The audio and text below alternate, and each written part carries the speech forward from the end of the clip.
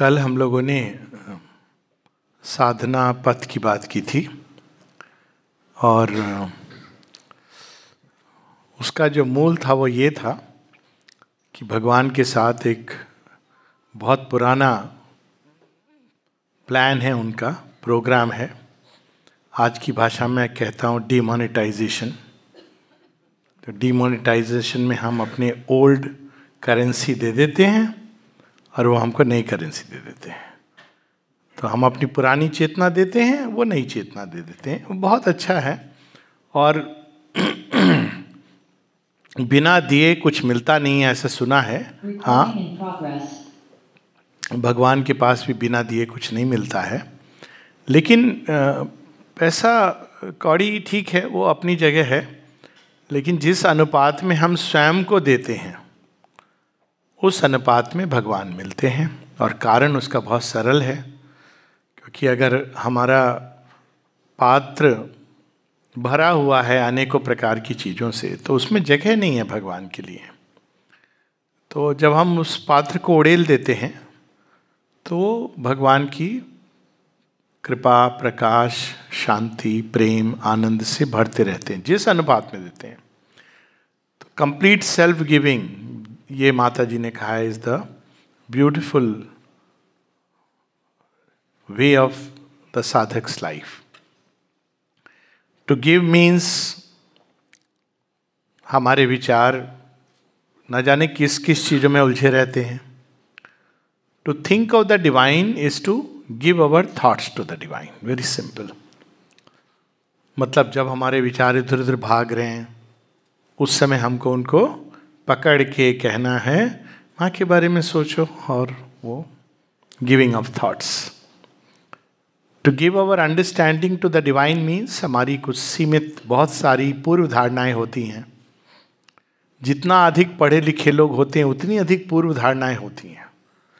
बड़ी विचित्र बात है। ज़्यादा कठिन होता है इंटेलेक्चुअल लोगों को भगवान की ओर मुड़ना, क्योंकि उनको एक मिथ्याभिमान होता है कि हम जानते हैं। मनुष्य तो इतना नहीं जानता कि अगली क्षण क्या होने वाला है। नहीं जानना गुनाह नहीं है, लेकिन नहीं जानने की अवस्था में मैं जानता हूँ ये समझ लेना बहुत बड़ा गुनाह है, क्योंकि वो ब्लॉक कर देता है सारे डोर्स। तो जब हम अपनी अंडरस्टैंडिंग भगवान के चरणों में देते हैं कि हमें नहीं मालूम है कुछ, you make me understand. Stand under helps us to understand. जब हमारा मन अपना अभिमान त्याग कर, बड़ी सुंदर एक बात लिखी है, गुरु नानक जी का पद है, साधो मन का मान त्यागो। ऑफ कोर्स आगे वो कहते हैं, काम क्रोध संगति दुर्जन की तासे अहनिश भागो। मन का अभिमान कि हम जानते हैं, ये एक सुंदर भाव होता था पहले जो हमने खो दिया है। अब मन का बड़ा अभिमान है, डिग्रीज, और फॉरेन की डिग्री तो और भी ज़्यादा। जब मैं गया था पांडिचेरी नया नया, किसी ने कहा आप इस अस्पताल में उस अस्पताल में क्यों नहीं काम करते, और तो मैंने कहा देखो ऑलरेडी जितना अज्ञान मैंने जमा कर लिया है ना, उसी को पिघलने में समय लगेगा। Qualifications in ignorance. तो मन को देने का मतलब है आप सब कुछ उनके चरणों में। I don't know, make me understand. Divine responds beautifully. He is the only one who genuinely responds, frankly. भावनाओं को भगवान को देने का अर्थ क्या है? यही अर्थ है। संसार में न जाने कितने मनुष्यों में, जीव जंतु वस्तुओं में हमारी भावनाएं अटकी हुई हैं। ऐसे लोगों को मैं जानता हूँ, उनके जीवन की समस्या कुछ की जैसे समस्या ना कि उनके पास धन नहीं है। वास्तव में ये उतनी बड़ी समस्या नहीं है। समस्या उनकी जिनके पास धन है। अब हसमुख भाई आप एक्सेप्शन हो कि आप सही जगह लगा रहे हो इसको। उनकी समस्या क्या है? कहते कि मैं किसको दूं,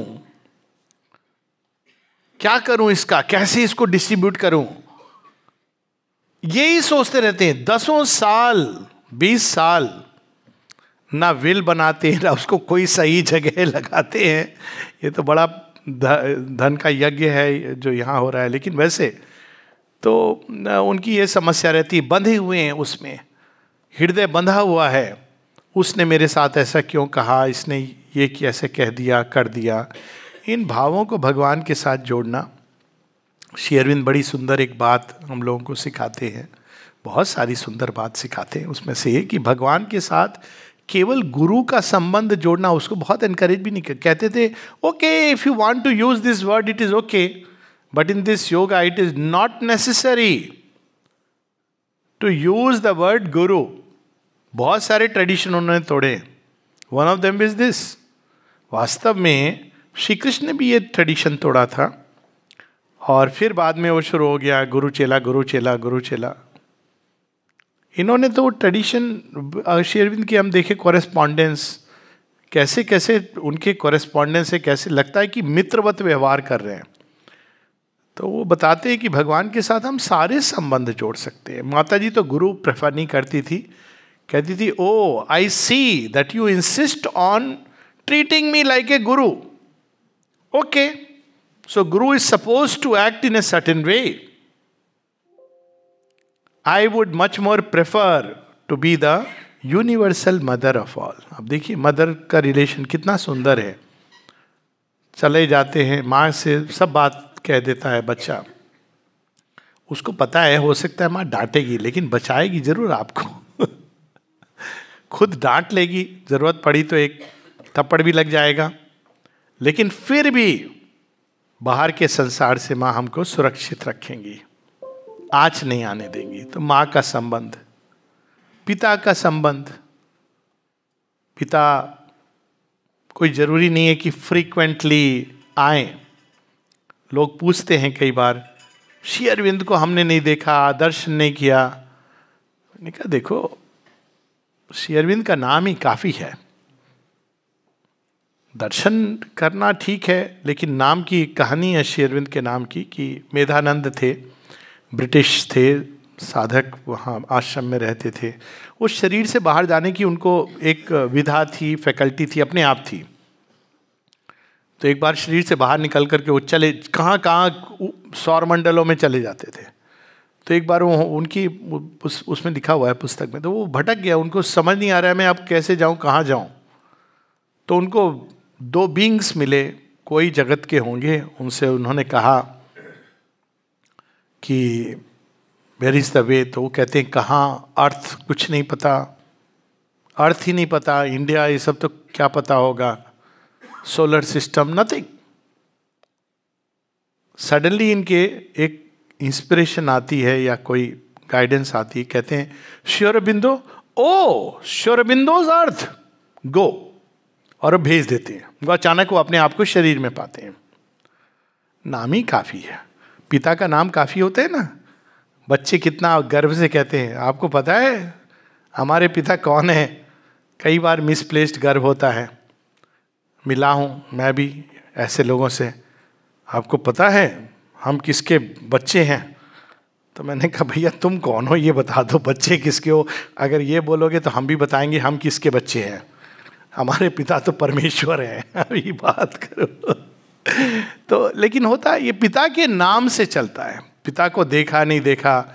श्री अरविंद की हम संतान है, इस भाव से जीवन को जीना। वो कहते हैं कि पिता के रूप में उनसे जुड़ जाना। पिता ही नहीं, मित्र भी हैं, सखा हैं, बंधु हैं, कितने प्रकार के संबंध हैं, स्वामी हैं, मास्टर जिनके हम स्लेव बन सकते हैं। भगवान का स्लेव बनना बहुत बड़ी एक, भगवान श्री अरविंद एक जगह कहते हैं to be the servant of God is something, to be his slave is greater. क्यों? सर्वेंट को तनख्वाह दी जाती है, भगवान की हम सेवा कर रहे हैं, भगवान हमको, और भगवान की तनख्वाह बड़ी इंस्टेंट होती है। लॉन्ग टर्म भी पीपीएफ प्लान है, जिसको मैं कहता हूँ डीडीएफ प्लान, डिवाइन डेवलपमेंट, उसमें भी एक जाता है फंड, आपने जो किया सेवा उसका दूरगामी परिणाम भी। लेकिन एक होता है इंस्टेंट, वो ये नहीं महीने के बाद वेजेस दें। भगवान की जब हम सेवा करते हैं तो इंस्टेंटली वो देते हैं हमको आनंद, जिसके लिए हम इतना सारा तामझाम करके लास्ट में रिटायरमेंट के बाद ना हम लोग थोड़ी देर बैठ के सुकून की सांस लेंगे। भगवान कहते इतनी दूर की क्या बात है, to turn to the divine in his service, जो आनंद आता है इंस्टेंटली। लेकिन स्लेव जो बन जाता है उसको भगवान मंथली वेजेस नहीं देते हैं, उसको कहते हैं तू मेरे साथ रहेगा। स्लेव कुछ मांग नहीं सकता है, उसका पूरा जीवन है भगवान का है, वो जैसे नचाएंगे वैसे, to be a slave of God. अब सोचिए भगवान के साथ हम संसार में किसकी किसकी चाकरी नहीं करते हैं, बचपन से लेके बुढ़ापे तक। अंत में बच्चों की भी, आज की जनरेशन में बहुत सारी ऐसी विमेन होंगी जिन्होंने जब शादी की थी तो सास की सुनती थी, अब जब उनके बेटे की शादी हुई है तो बहू की सुनती हैं। उनके पास बेचारी जीवन भर सुनते ही चला गया उनका। अब भगवान की चाकरी करो तो कितना आनंद है उसमें। तो ये सारे संबंध हम जोड़ सकते हैं। जब हम संबंध ये सारे भगवान से जोड़ते हैं तो that is called giving our heart to the divine. उसी प्रकार से प्राण की ऊर्जा, चेष्टाएं, प्राण की चेष्टाएं क्या होती हैं? धन मिल जाए, एम्बिशन हो जाए, ये पूरा वो पूरा, ना जाने क्या क्या होता है। उसके बाद अंत में हम यही देखते हैं कि यार ये सब करके कुछ मिला तो नहीं, कुछ टैंजिबल सब्सटेंस। हमारे घर में हमारा बच्चा ही नहीं इज्जत करता है। क्यों? क्योंकि बच्चा थोड़ी आपको इस बात से इज्जत करेगा कि आप कौन हो।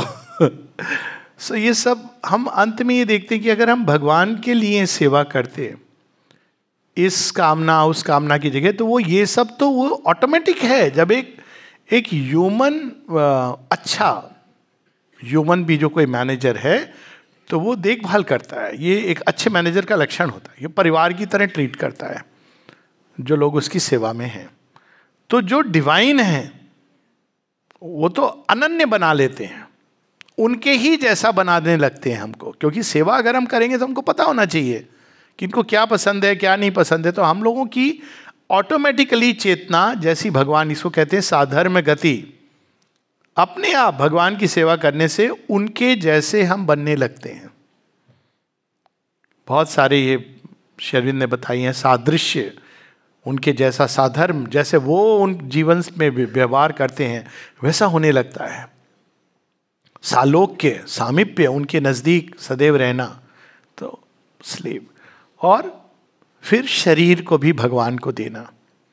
शरीर से नाना प्रकार की हम लोग क्रियाएं करते हैं, कुछ जो हैं जो जीवन के लिए आवश्यक है, किंतु बहुत कुछ है जिसमें हमारा शरीर केवल प्राण की कामनाओं के अधीन रहता है। Poor fellow is a slave, या मन की धारणाओं के अधीन रहता है। जब इस शरीर को हम पूजा के रूप में भगवान को देते हैं, यानी जब जो भी काम करते हैं वो पूजा बन जाए, जो भी काम करते हैं वो नैवेद्य बन जाए, तो धीरे धीरे वो शरीर भी भगवान के अधीन हो जाता है। और of course to give our soul to the divine means कि अब सदा सदा जैसे तुम रखो हमको, हम तुम्हारे हैं। अब बहुत सिंपल है ये, देखने में कठिन भी है, क्योंकि हमारी नेचुरल वृत्ति स्वयं को प्रिजर्व करने की होती है। हमारी ईगो इंडिविजुअलिटी को, इस स्वाभाविक वृत्ति होती है। कोई कुछ कह दे तो बड़ी चोट पहुंचती है, मतलब not if you are on the path but otherwise, खासकर कुछ भी यहां तक होती है चोट की, आप कैसे दिख रहे हो उस पर भी चोट पहुंचने लगती है, हर चीज पर। क्योंकि हमने एक पहचान बनाई हुई है, भगवान की पहचान छीन लेते हैं। बहुत सुंदर बात होती है, एक बड़ी सुंदर एक उर्दू की गज़ल है, इसका अमीर खुसरो ने लिखी है, सुनी होगी हम सब ने, परंतु मैं फिर भी, तो लिख रहा है पोइट, सूफी पोइट, कहता है अपनी छब बना के मैं पी के पास गई। छवि बनाना क्या होता है कि खूब साज श्रृंगार करके, 16 श्रृंगार, अपनी छब बना के मैं पी के पास गई, छब देखी जो पिया की, अपनी छब भूल गई। और उसके आगे जो लिखता है, छाप तिलक सब छीनी, मुंह से नैना मिलाई के। केवल मुझे देखा तो मैं तो भूल गया। आप शुद्ध लोपामुद्रा नाम सुना, लोपामुद्रा, वो जिस मुद्रा में थी उसी में रह गई। छाप तिलक सब छीनी मुँह से नैना मिला के, तो सारी पहचान छीन लेते हैं। और लेकिन जो पहचान देते हैं, अब से तो मेरा है बस। What a beautiful this life can be. किंतु ये कठिन है, प्रकृति के नॉर्मल धारा के विपरीत है। तो कई बार लोग, अच्छा ये भी मुश्किल है, तो श्री अरविंद हम लोगों को एक और चीज बताते हैं, बड़ी इंटरेस्टिंग है कि दोनों उन्होंने जो स्वयं को दे देते हैं भगवान को, उनको कोई और आवश्यकता नहीं है जानने की, पढ़ने की, समझने की, क्योंकि वो जो उनको जानना है, जो करना है, जो शक्ति चाहिए, जो प्रेम, सब अपने आप वो देने लगते हैं। किंतु एक और धारा जो उन्होंने खोली है वो ये है कि अगर हम नहीं भी मानते, ये नहीं भी कर सकते हैं, तो बहुत कुछ उन्होंने वरदान के रूप में हम सबको दिया है, जिसके द्वारा हम जीवन को और सुंदर बना सकते हैं। कैसे सोएं, कैसे खाएं, मानव संबंध कैसे हों, कैसे पढ़ें, क्यों पढ़ें, कंसंट्रेशन कैसे इंप्रूव करें, स्मृति, सब चीज पर मस्त, इंटेलिजेंस का विकास कैसे करें। माँ ने तो एक बड़ा सुंदर उत्तर दिया, किसी ने कहा how to develop my intelligence, माँ ने 3 शब्द का उत्तर दिया, read Shri Aurobindo. So beautiful. I want to know. If you know, read Sri Aurobindo, you will know everything that you want to know. एक एसेंस में जब चीज पता चल जाती है तो विस्तार की तो बस it's just matter of time. तो कई चीजें उन्होंने हम लोगों को, मानव इतिहास क्या है, अगर हमको इतिहास के बारे में जानना है, हमारी सभ्यता क्या है, अनेक हर एंगल से उन्होंने हर एक विषय को अप्रोच करके पहली बार बहुत सारी चीजें श्री अरविंद माता जी की फर्स्ट टाइम है। और वास्तव में अगर देखें हम उनका जीवन, इन 78 ईयर्स श्री अरविंद ने जो कुछ किया है, और मैं इस पर मैंने बहुत कुछ लिखा है, कहा है, तो दोहराना नहीं चाहता, but just we see that much. तो ऐसा कर्म ना पहले अवतार, विभूति, ऋषि कहीं नहीं हमको देखने को मिलता। It is something amazing. And I have had discussions with people, I said just see the work that he has done, forget about मान्यता। और किसके लिए? ताकि हम सब एक बेटर जीवन जी सकें। तो अगर हम केवल उसको पढ़ें और अपने जीवन में, सबके लिए, बच्चे का, माँ का, अभिभावक का, शिक्षक का, शिक्षा का, हर चीज़ के उनके बड़े सुंदर, अद्भुत उसको जीवन में अगर हम प्रयोग में लाएं, ये सेकेंड लेवल है।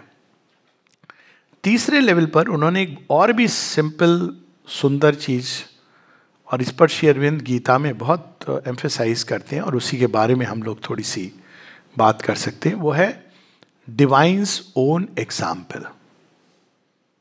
और ये कई बार मेरा अपना मानना है कि आप श्री अरविंद माता जी की पुस्तकें कठिन होती हैं, किंतु उनके जीवन को पढ़ना सरल होता है।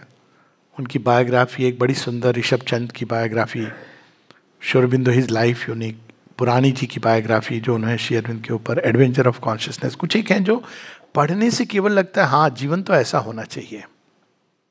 वो एक एग्जाम्पल है, उदाहरण है, जीवन कैसे जिया जाता है। उस कंटेक्स्ट में श्री अरविंद हम लोगों को बताते हैं कि 3 प्रकार के जीवन हैं, और ये इसको हम ऐसे समझें कि हमारी एक यात्रा के रूप में अगर जीवन को लें, तो यात्रा का पहला पड़ाव स्कूलिंग के रूप में लें तो किंडरगार्टन और पहली, दूसरी, तीसरी कक्षा, प्री प्राइमरी या प्राइमरी, उसको हम लोग कहते हैं मेटीरियल एग्जिस्टेंस। उसमें हमको केवल भौतिक जीवन के बारे में पता होता है। किसी की सांस रुक जाती है, हम कहते हैं मर गया,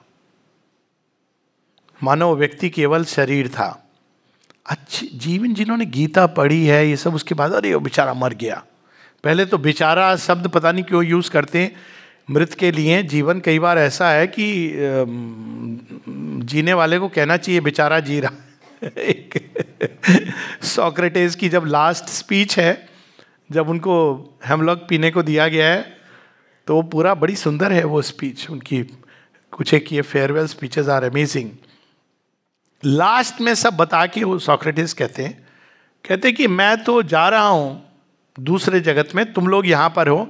किसका भाग्य लेकिन अच्छा है ये कौन कह सकता है? लेकिन हम लोग एक हैबिचुअली, शरीर की श्वास रुक गई तो मृत्यु हो गई, but that is not the truth. लेकिन मेटीरियल एग्जिस्टेंस के लिए वही, भगवान सामने दिख रहे हैं तो हैं, नहीं तो नहीं है. अक्सर लोग पूछते हैं अब तो मां श्री अरविंद नहीं है. ये बात मैंने पहले भी की है. ऐसे ही एक गोष्ठी थी, किसी ने कहा अब तो मां श्री अरविंद नहीं है.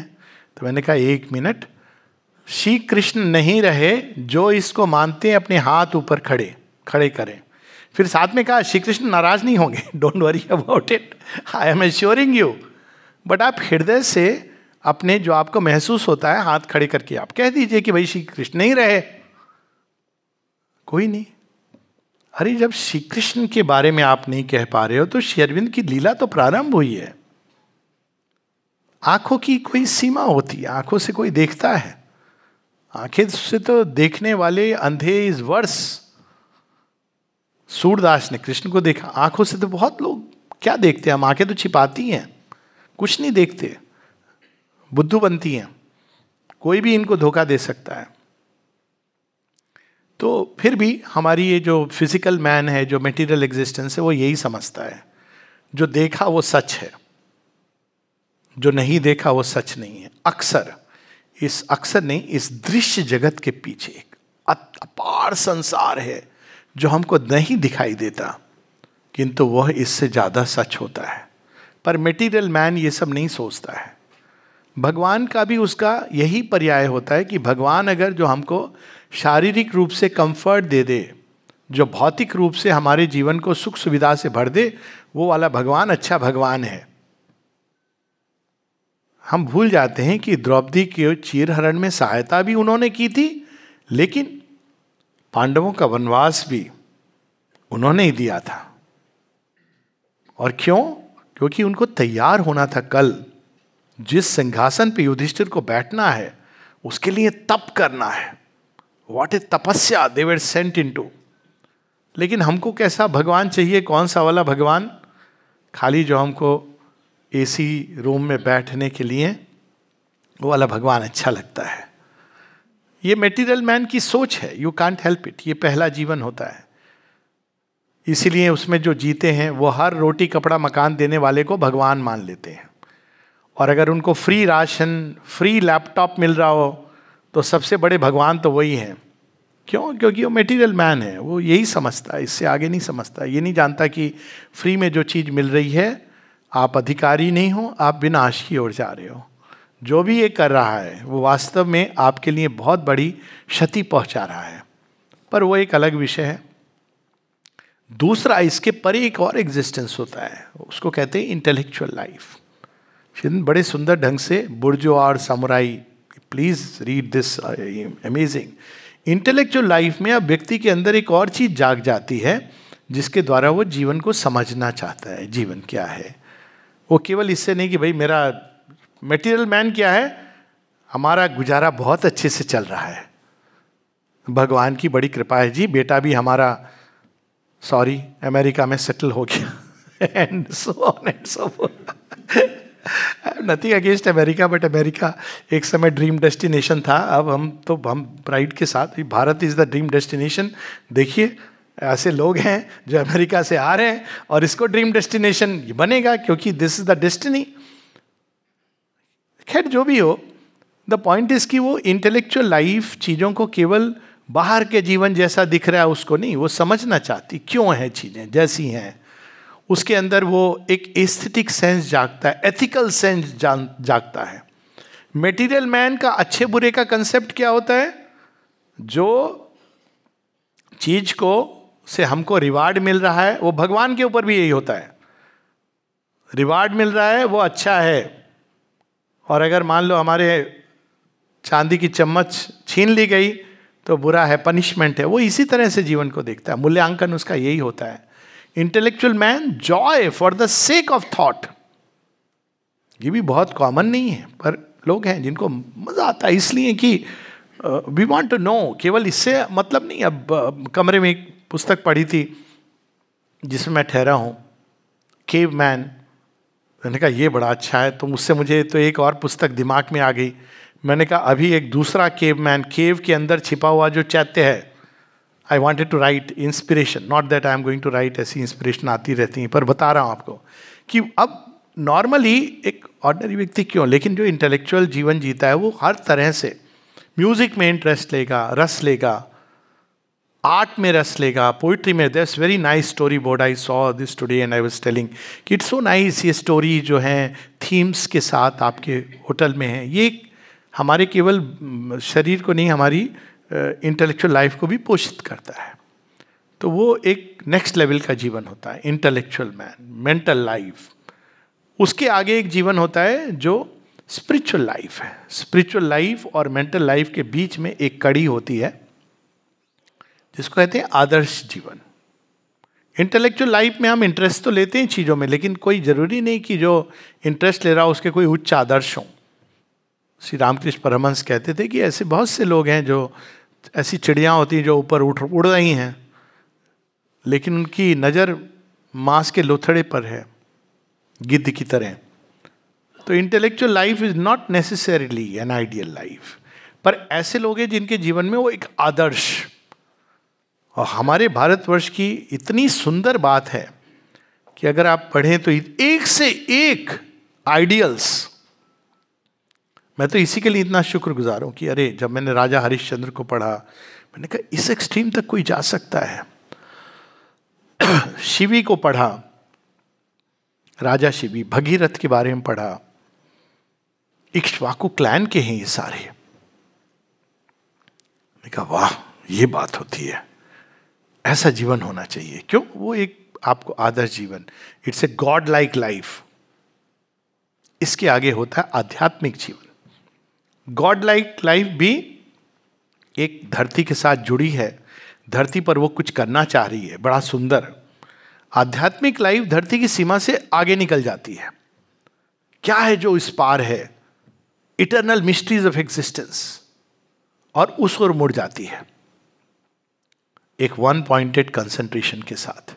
वो जानना चाहती है भगवान है, माना लेकिन जाना नहीं, आत्मा है माना लेकिन जाना नहीं। आज सुबह हम लोग सुन रहे थे by faith we take it, लेकिन जान लेने के बाद क्या होता है? एक बड़ी इंटरेस्टिंग छोटी सी स्टोरी थी। एक किसी ने टॉक दी, सुनने के बाद ऑडियंस में किसी ने पूछा, अच्छा स्वामी जी आप ये कहना चाह रहे हैं कि आपके हमारे अंदर एक आत्मा भी होती है?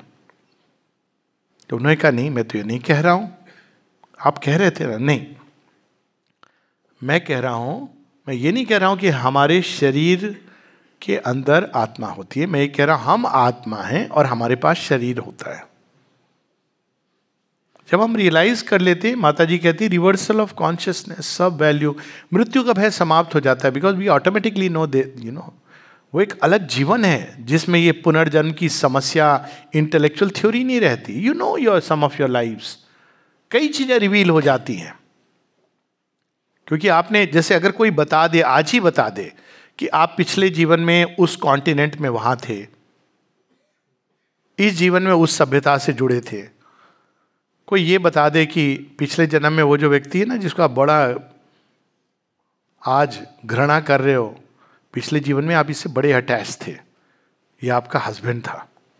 आप देखिए समस्या शुरू हो जाएगी। Because it the whole world begins to change. Spiritual life एकदम रिवर्स कर देती है बहुत सी चीज़ों की वैल्यू, बिकॉज यू डिस्कवर कि आपने what life was through many pages, panoramic vision. Shri Aurobindo इसके आगे भी एक चीज बताते हैं, क्योंकि स्पिरिचुअल लाइफ में कमी क्या रह गई कि वो आपकी चेतना के अंदर परिवर्तन लाती है निश्चित रूप से, लेकिन वो धरती को चेंज नहीं कर पाती। जब ये वैल्यूज चेंज हो जाती हैं, रिवर्स हो जाती हैं, तब हम देखते हैं लेकिन संसार तो बिल्कुल अलग गति से चलता है। तो एक टेंडेंसी हो जाती है to withdraw from the world, to lead a secluded life. क्योंकि अब देखते हैं कि जो ट्रूथ है वो कुछ और है, लेकिन संसार कुछ और है। तो श्री अरविंद इसके आगे एक और जीवन बताते हैं, supramental life, that is the divine life. अक्सर लोग कहते हैं कि what is super mind? Super mind is the creator. तो क्रिएटर तो हम सब जानते थे, हमने ये नया शब्द क्यों यूज किया? इसलिए क्योंकि क्रिएटर को हम वेल से देखते थे, मन के वेल से, पर्दे से।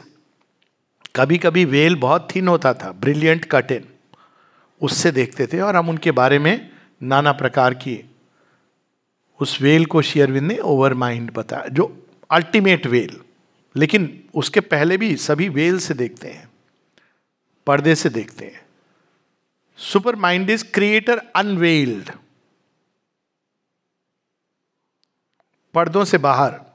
लेकिन समस्या क्या है? जब वो पर्दों के बाहर आ जाएंगे तो हमारे ये सारे पर्दे जल जाएंगे। तब समझ आता है कि यात्रा लंबी क्यों है। क्योंकि हमको अच्छी सी हंडी में डालकर भगवान अग्नि में धीरे धीरे पका रहे हैं।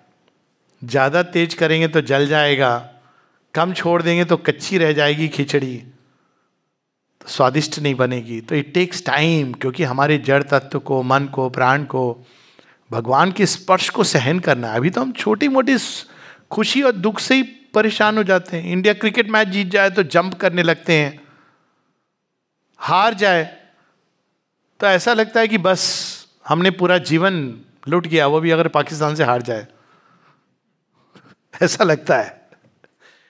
छोटी सी बात होती है, थोड़ी खुशी थोड़ी गम, तो धीरे धीरे करके हम लोगों के थ्रेशोल्ड को बढ़ाया जाता है। और एक समय ऐसा आता है जब दो विपरीत चीजों को एक साथ सहन करना। आप कभी देखेंगे, श्री अरविंद ने तो ये बहुत जगह किया, and I always quote several examples. जो मास्टर आर्टिस्ट होता है, 10 हम लोग 9-10 रस होते हैं, उसके बारे में बात करते हैं। लेकिन जो बिल्कुल विपरीत रसों को मिला दे, इट इज समथिंग अमेजिंग। और वो बड़ा कठिन है आर्ट में। और श्री अरविंद बार बार कहते हैं सुपर माइंड में क्या है, ये सारे ऑपोजिट्स मिल करके एक यूनिटी और कंकॉर्ड बन जाते हैं। It is something very amazing. यहां पर हमको वो विरोधात्मक दिखते हैं, जैसे जगत और भगवान, वहां वो एक अद्भुत यूनिटी। यहां गुड और इविल, वहां पर वो चेंज हो जाते हैं। दिखता है कि इविल के अंदर तो गुड छिपा था। श्री अरविंद का एक पत्र है मृणालिनी देवी को, जब उनके भाई की मृत्यु हो जाती है। तो ये नहीं कि मतलब कि हम इविल करें क्योंकि गुड छिपा, इसका ये अर्थ नहीं है। लेकिन देखिए भगवान का प्रयोजन, मृणालिनी देवी के भाई की, जब उनकी वाइफ, उनकी भाई की मृत्यु हो जाती है, तो श्री अरविंद उनको पत्र लिखते हैं। और वो दूसरे भाई की या तीसरे भाई की मृत्यु हुई थी। कहते हैं कि मैं समझ सकता हूं तुम्हारे पिता का शोक इस अवस्था में, लेकिन जीवन का ये सत्य है कि भगवान कई बार ईविल के द्वार से ले जाके एक सीक्रेट गुड हमारे सामने उससे निकालते हैं। It is so true. जब हम सुपरामेंटल टच से दिखता है कि वो कठिनाई, इसको अगर हम सरल शब्दों में कहें तो कठिनाई कई बार हमारे शक्ति का संचय करती है, ज्ञान का वर्धन करती है। माँ बताती है pleasure is often a deception. ये नहीं कि यही मार्ग होना चाहिए, नहीं होना चाहिए, डेफिनेटली। लेकिन कठिनाई के द्वार से जो गुजरता है, इसीलिए किसी ने कहा है कि जो भगवान के पास गया होगा उसकी पहचान क्या होती है? ध्यान से देखो, उसके पांव में छाला होगा। राह कठिन है डगर पनघट की।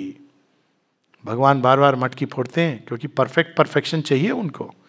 मटकी में जरा भी दोष है तो खटाक एक कंकड़ मार के जाओ वापस।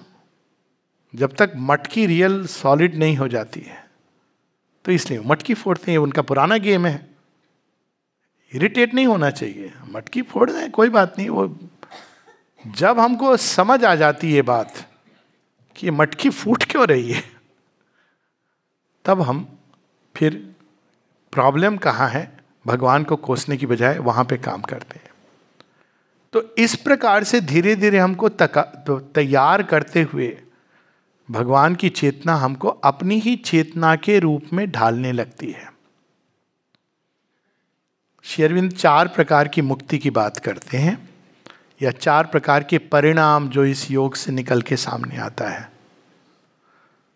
पहले तो ये बताते हैं इस योग में कैसे कार्य करते हैं भगवान। कहते हैं कि कोई उनका स्टैंडर्ड फॉर्मेट नहीं है। कहते हैं अन्नयान योग कैनाल में स्विमिंग की तरह है। आप यहाँ से कूदे, वहाँ पे निकले, एंड पॉइंट स्टार्टिंग पॉइंट। कहते हैं this like in the sea ocean you are swimming.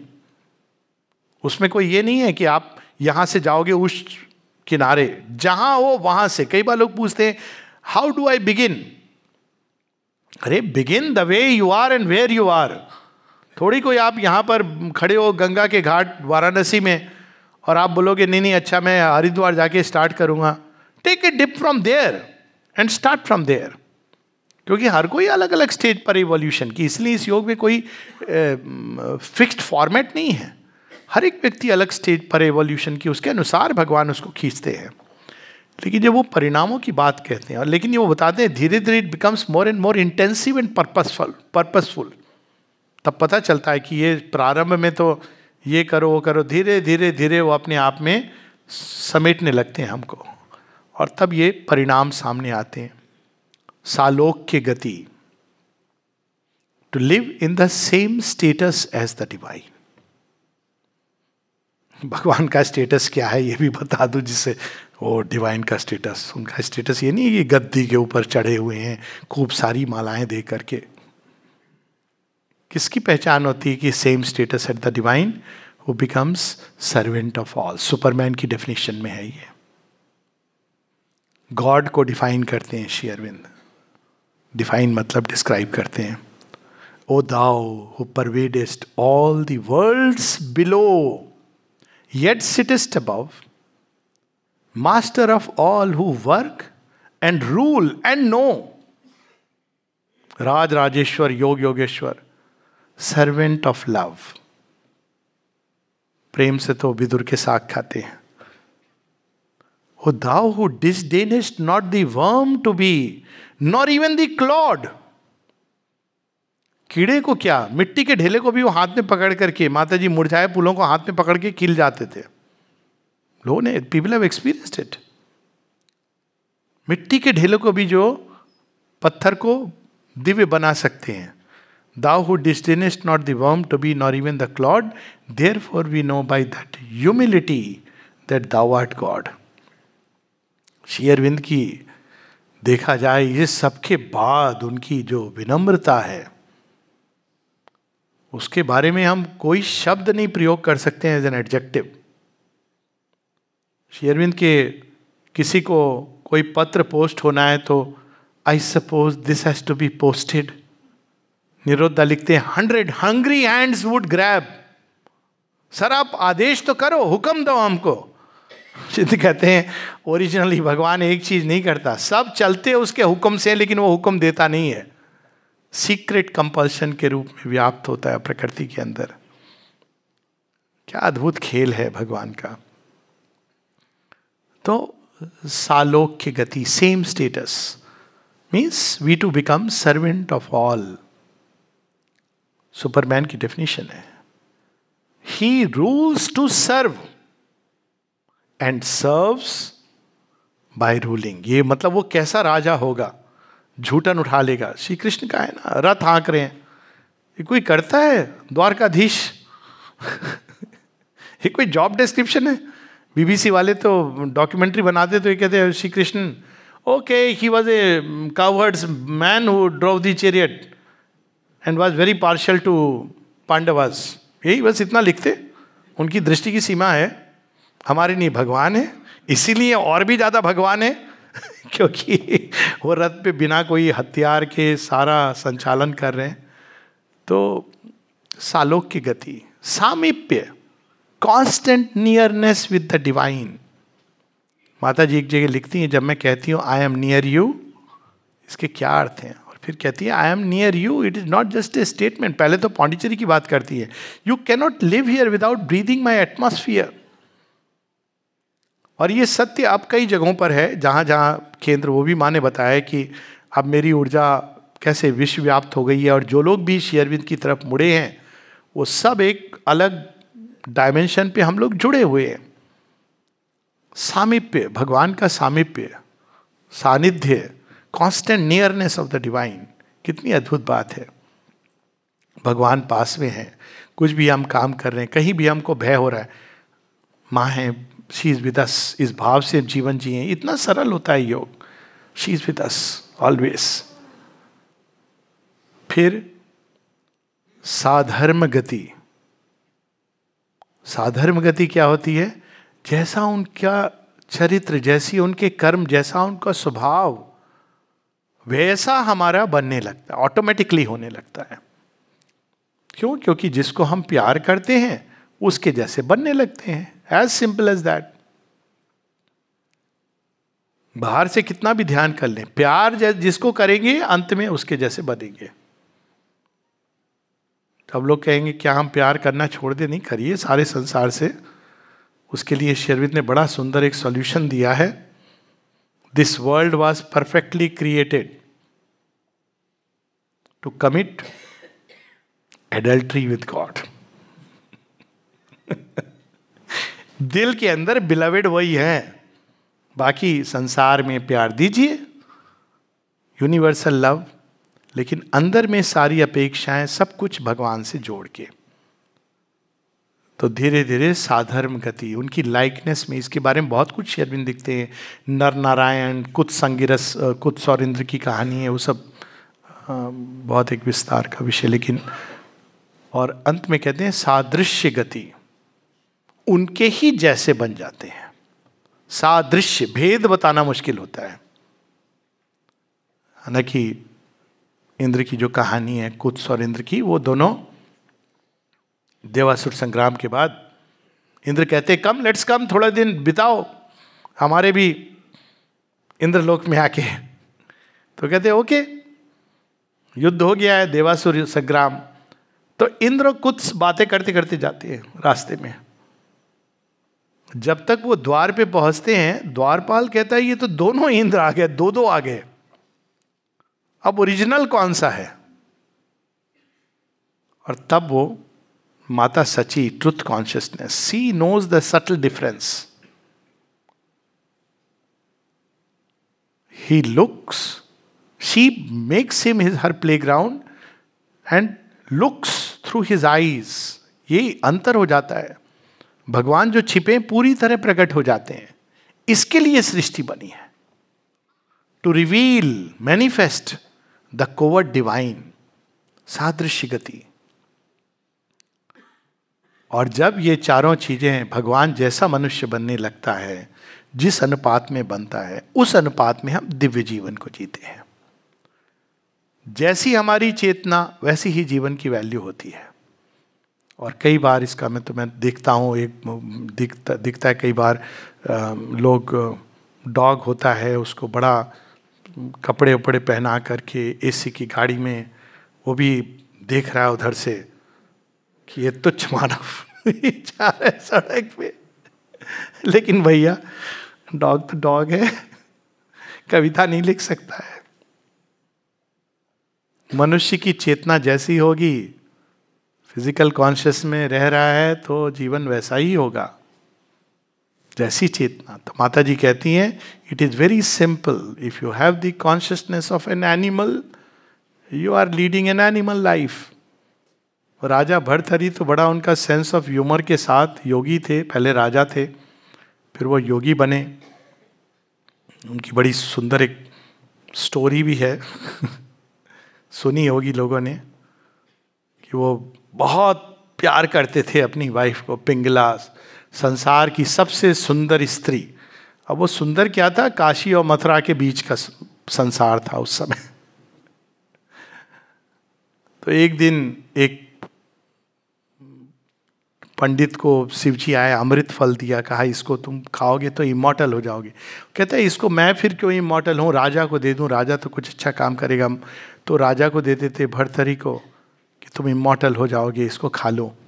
राजा कहता है कि मैं कैसे खा लूँ, अब वो एक ही व्यक्ति खा सकता है। तो बहुत विचार करके वो रानी को दे देता है, पिंगला को, कि तुम खा लो, सैक्रिफाइस कर देता है।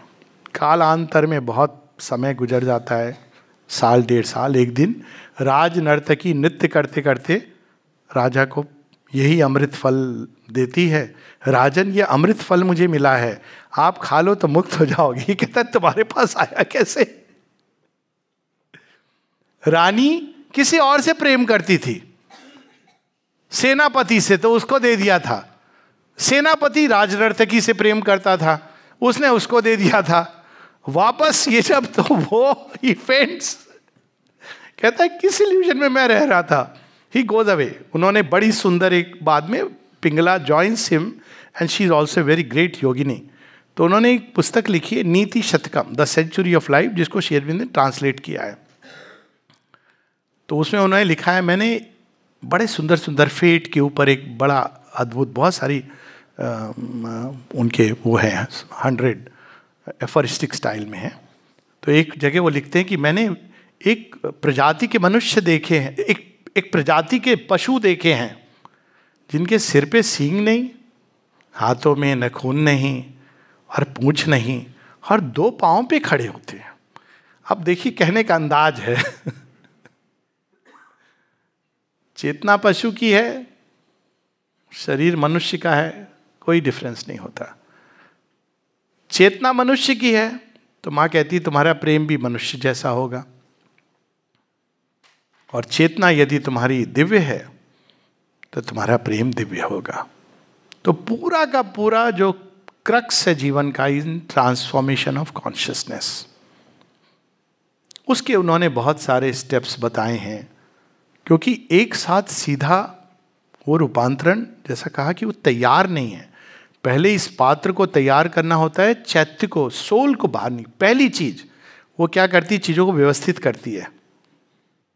It has the spontaneous knowledge of the right and the light, कौन सी चीज कहाँ जानी चाहिए, हर चीज का वो डिसर्नमेंट, जो हम लोग कहते हैं ना दूध का दूध पानी का पानी, वो अपने आप उसके अंदर ये नॉलेज है।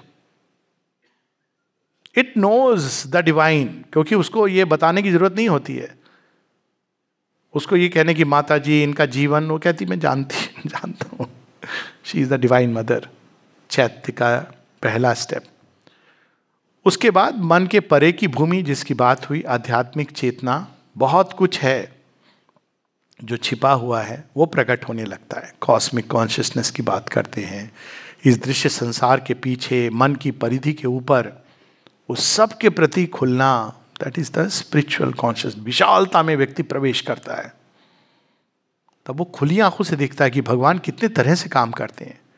और उसके बाद पेनल्टीमेट स्टेज है क्रिएटर और क्रिएशन का मिलन, लेकिन विदाउट बेपर्दा होके।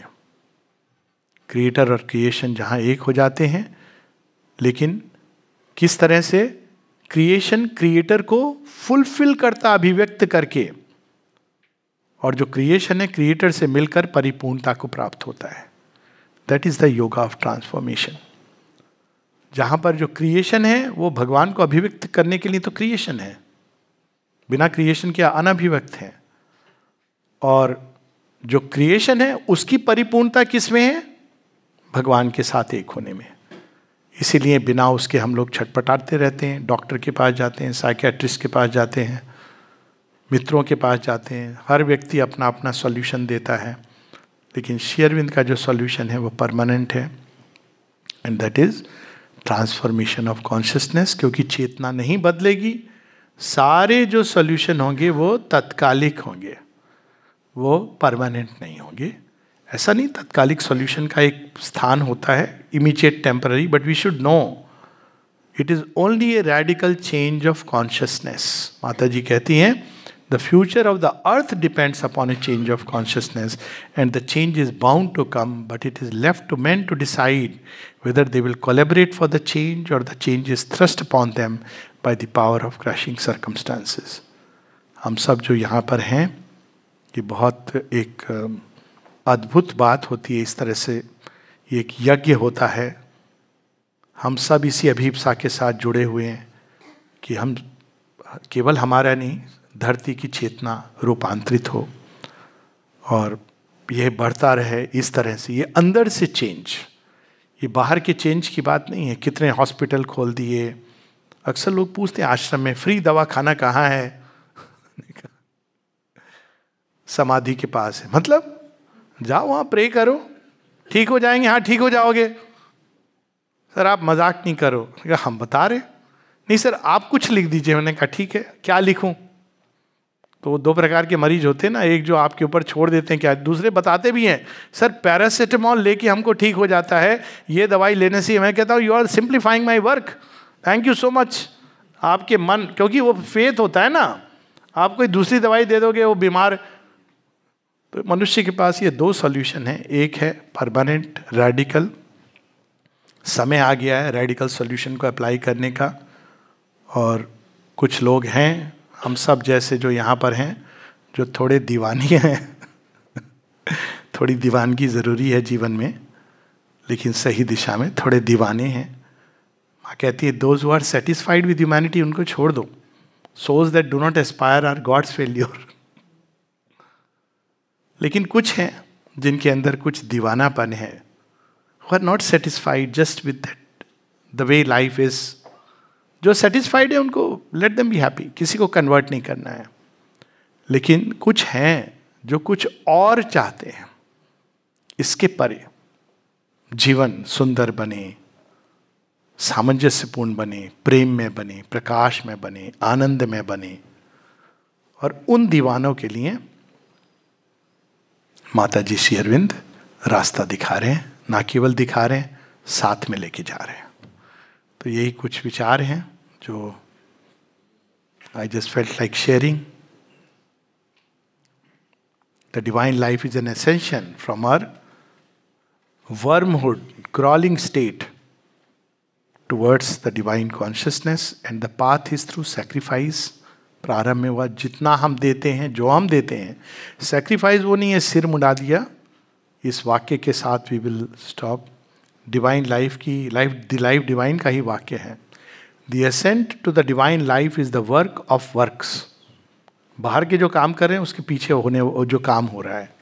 The soul the soul acceptable sacrifice without which man is nothing but yet another worm who has managed to form himself in a little speck of mud and water amidst the appalling immensities of the universe।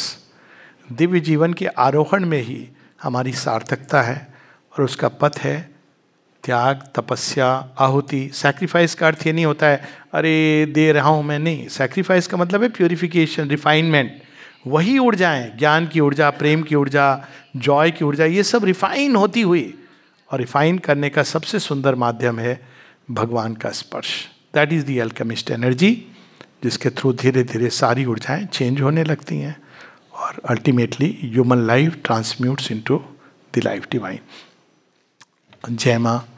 कोई प्रश्न है तो I don't know I am like format क्या है but हाँ please. Yes. My name is Chatur Tiwari and I am currently pursuing psychology. Very good. Sir, my question is कि श्री औरोबिंदो को अगर कभी भी कोई डिस्टर्बिंग न्यूज़ मिलता था या फिर कुछ भी ऐसे बुरा खबर मिलता था, तो अगर श्री औरोबिंदो को अगर बुरा न्यूज़ वगैरह मिलता था तो वो किस तरीके से उसे डील करते थे, और उनका मतलब उनके अंदर भी ऐसे जस्टिस के लिए ऐसे अंदर से आता था कोई प्लान वगैरह कि हम ऐसे करके इसको कर सकते हैं? स्वाभाविक है कि वो मानव चेतना की तरह तो नहीं डील करते थे कि ये मेरे साथ अन्याय हुआ इसको। भगवान केवल एक व्यक्तिगत अन्याय को सॉल्व करने नहीं आते। बैठ जाओ, बहुत सुंदर प्रश्न है तुम्हारा। भगवान सृष्टि के अंदर अन्याय को, मूल को नष्ट करना चाहते हैं। मेरे जीवन में अन्याय हुआ है, इसको मैं पनिशमेंट दे दूंगा, रिवेंज ले लूंगा, ये तो एक साधारण मनुष्य करता है। तो इसका एक कहानी के साथ तुमको उदाहरण देता हूँ। बहुत सारी कहानी है, श्री अरविंद की जीवन को जरूर पढ़ो, आप इंस्पायर्ड होगे। ऋषभ चंद की एक किताब मेरी पर्सनल फेवरेट है, पर और भी बहुत सारी हैं। तो ये कहानी बड़ौदा की है।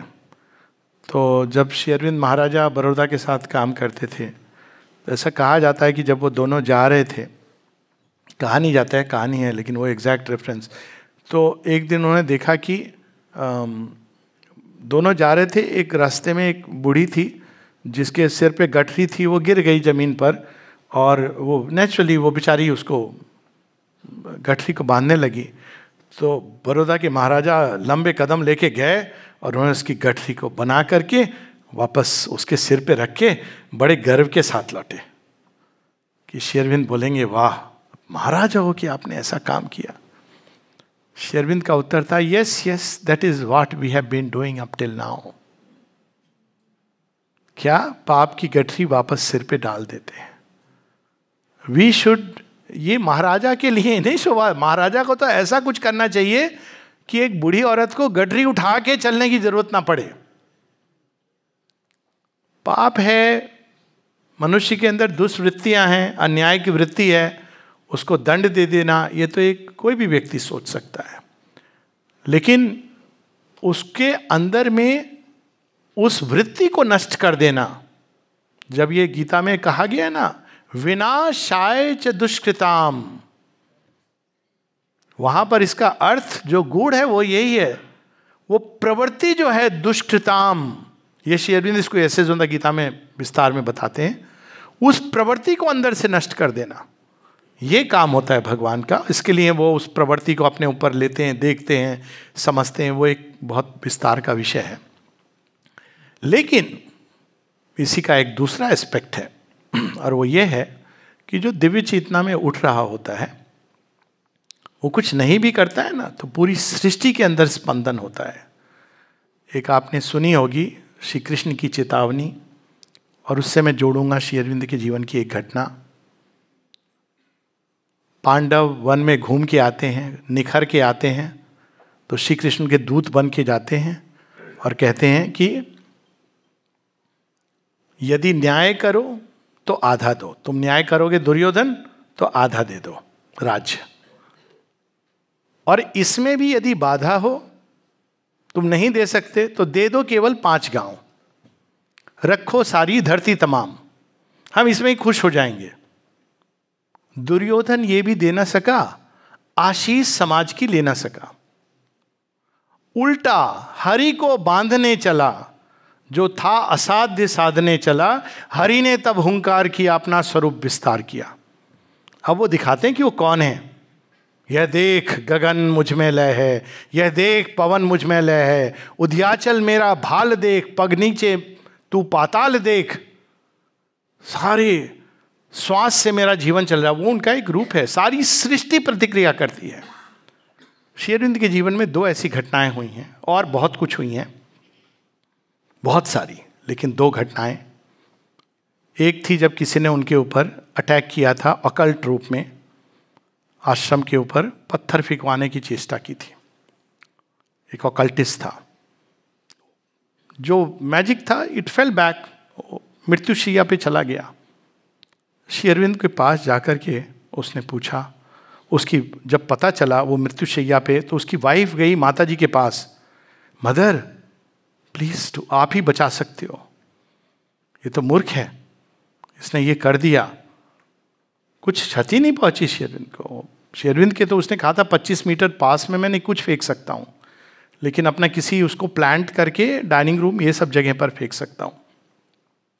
तो माँ श्री अरविंद के पास गई, कहा कि इसने पत्थर फेंकने की चेष्टा की थी, तो वो बड़ा दुखी है, वो मृत्युशैया पर है, वाइफ आई थी। तो श्री अरविंद कहते what, death for a few stones, मृत्युशैया पर कुछ पत्थर मेरे ऊपर फेंकने की चेष्टा कर रहा था। एक और स्टोरी, मतलब एक और जुड़ गई कि जब, इसलिए मैं कह रहा श्री अरविंद का जीवन पढ़ना, कि श्री अरविंद जब आए थे गेस्ट हाउस में, वो अपना अंदर में साधना ध्यान इसमें संलग्न रहते थे, और कुछ ये बच्चे थे youngsters like you and me, जो बाहर में गार्ड करते थे प्रगति की चाह तो यंग है, तो गार्ड करते थे, देखते रहते। कुछ वो जो नॉर्मल खेलते थे, फुटबॉल भी खेलते थे, शाम को चावल पका लिए, ऐसे यंगस्टर जैसे। तो उन्होंने देखा कि पता नहीं ये ड्रॉअर में से पैसे गायब हो रहे हैं, ये क्या हो रहा है। तो तीनों ने सोचा एक बार हम देखते हैं चक्कर क्या है। देखा एक दूध वाला आया, इधर उधर देखा, ड्रॉअर खोली, 5 रुपए निकाले, टोपी में रखा और फिर ऐसे एडजस्ट करके चल रहा, तीनों उछल के पकड़ लिया, पकड़ लिया। इसके पहले कि कुछ करते अचानक श्री अरविंद बाहर आते हैं और देख करके वो केवल एक बात कहते हैं इन तीनों को, लेट द बॉय गो। हो अमृता लिखते हैं हमको लगा कि हमने पाप किया है।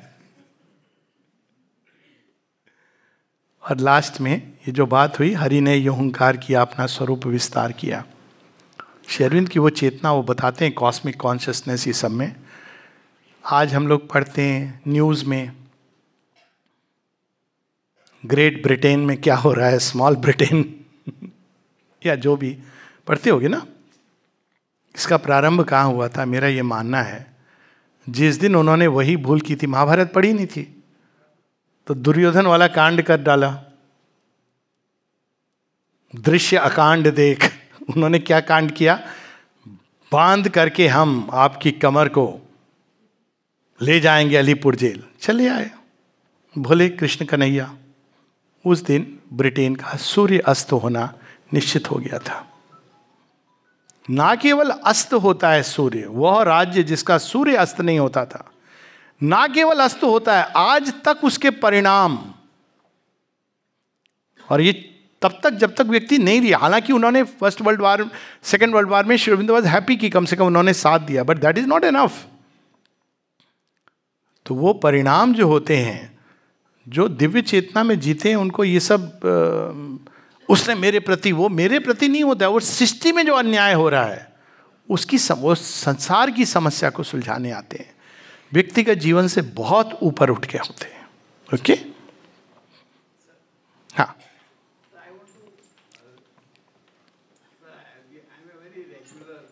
हाँ, अच्छा, हाँ, हाँ,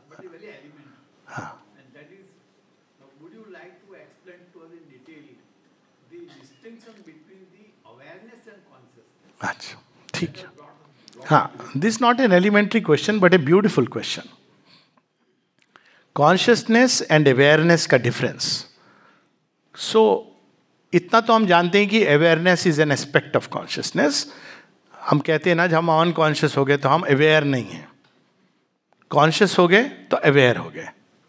तो अवेयरनेस इज एन एस्पेक्ट। लेकिन केवल अवेयरनेस तो नहीं होती, जब अवेयरनेस होती है उसके साथ साथ प्रतिक्रिया होती है। आई हैव बिकम अवेयर कि देयर इज ए स्नेक। अब नेक्स्ट क्या होता है? There is a response. वो कहां से जन्म लेती? उसी नॉलेज के गर्भ से।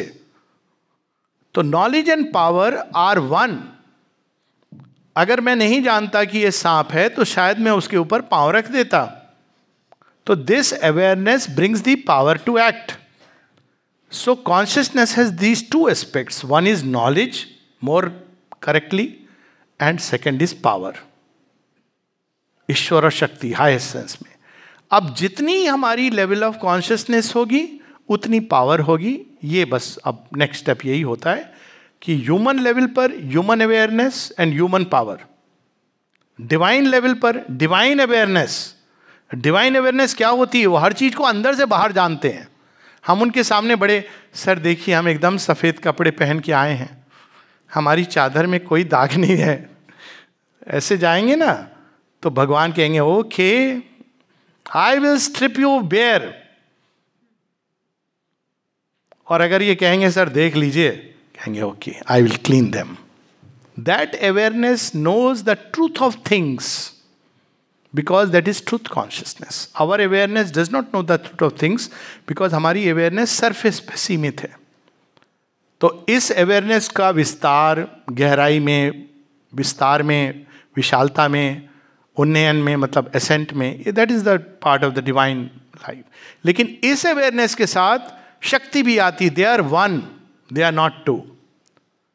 When we become aware of things divinely, then we act upon them divinely, which goes back to, his question. So it is both. It is awareness and the power to act. We may use that with these terms, knowledge and will. ज्ञान और उसके साथ शक्ति, दोनों ही consciousness के aspect है. Change of consciousness means both of these. Not only a greater awareness, the awareness is general word I am using, but of course we all know कि सुबह हम अवेयर एक लेवल पर होते हैं जैसे जैसे दिन.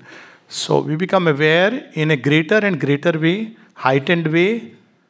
One can become aware of the entire universe in an essence. Shri Aurobindo की एक कॉस्मिक कॉन्शियसनेस की बात तो कविता है. I have wrapped the wide world in my wider self. In me Arcturus and Belphegor burn, constellations and stars के. Man's few good deeds and countless misdeeds. His joys run through my vein. His million sorrows beat within my single heart. तो वो एक अलग level की awareness होती है विश्व चेतना की, और उसके ऊपर भी है ट्रांसेंडेंस, और जिसमें ये सब कुछ. तो it is yes awareness, but इसके साथ एम्पावरमेंट आती है, power. So they are together. जो टिपिकल वेदांत है वो पावर एस्पेक्ट को डिनाई करता हुआ जाता है, वो डिनाई करता है, इसीलिए वो संसार को चेंज करने की शक्ति नहीं ला पाया. हालांकि वो साथ में चली, but it denied it, because उसने ये मान के चला कि दुनिया से मुझे कुछ लेना देना नहीं है. लेकिन this brings the power to change. Okay, अच्छा, बहुत बहुत धन्यवाद. जय मां.